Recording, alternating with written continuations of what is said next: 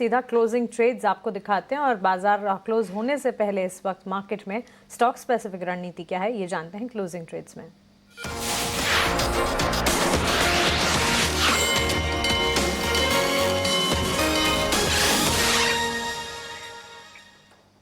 Good afternoon निमेश, बताएं कौन से स्टॉक्स हैं इस वक्त क्लोजिंग ट्रेड्स में आपके रेडार पर। Good afternoon Mansi. देखिए, क्लोजिंग ट्रेड के अंदर सबसे पहला हेवेल्स का मेरा रिकमेंडेशन है।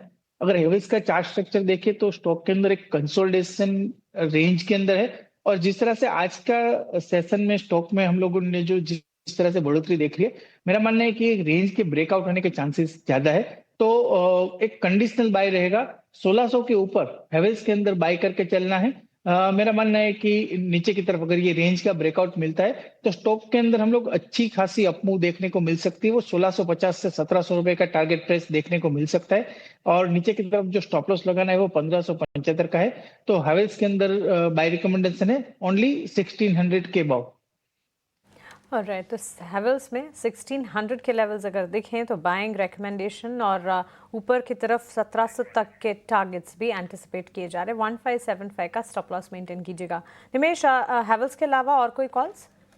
यस, दूसरा कॉल जो है वो टाटा केमिकल्स का है। देखिए, चार्ट स्ट्रक्चर जिस तरह से बना है, एक अच्छा कंसोलिडेशन जो है वो स्टॉक के अंदर हो चुका है, और पिछले 2 दिनों से हम लोग देख रहे हैं कि एक अच्छा बाइंग इंटरेस्ट स्टॉक के अंदर दिख रहा है। ऑल ओवर केमिकल स्पेस के अंदर भी हम लोग देख रहे हैं कि एक अच्छी रिकवरी जो है वो देखने को मिल रही है। तो मेरा मानना है कि टाटा केमिकल्स यहाँ से आउट परफॉर्मेंस के चांसेस ज्यादा दिख रहे हैं। तो टाटा केमिकल्स करंट लेवल से बाय करना है, नीचे की तरफ स्टॉप लॉस 960 का लगाना है, और ऊपर में मैं मानता हूं कि शॉर्ट टर्म में 1010 1025 के लेवल देखने को मिल सकते हैं।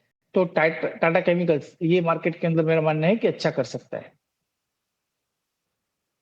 केमिकल्स दूसरा स्टॉक जो कि निमेश के फोकस रेडार पर है। टारगेट और स्टॉप लॉसेस आप स्क्रीन पर देख रहे हैं। 960 का स्टॉप लॉस मेंटेन कीजिएगा।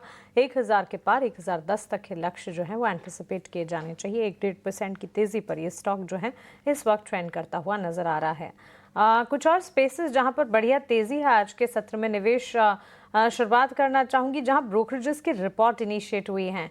United Spirits Limited, Radico Khaitan और अलाइड बेवरेजेस, यहाँ पर फॉरेन ब्रोकरेजेस की तरफ से पॉजिटिव रिपोर्ट्स हैं, जहां पर खरीदारी की राय और पॉजिटिव आउटलुक के साथ कवरेज की शुरुआत हुई है।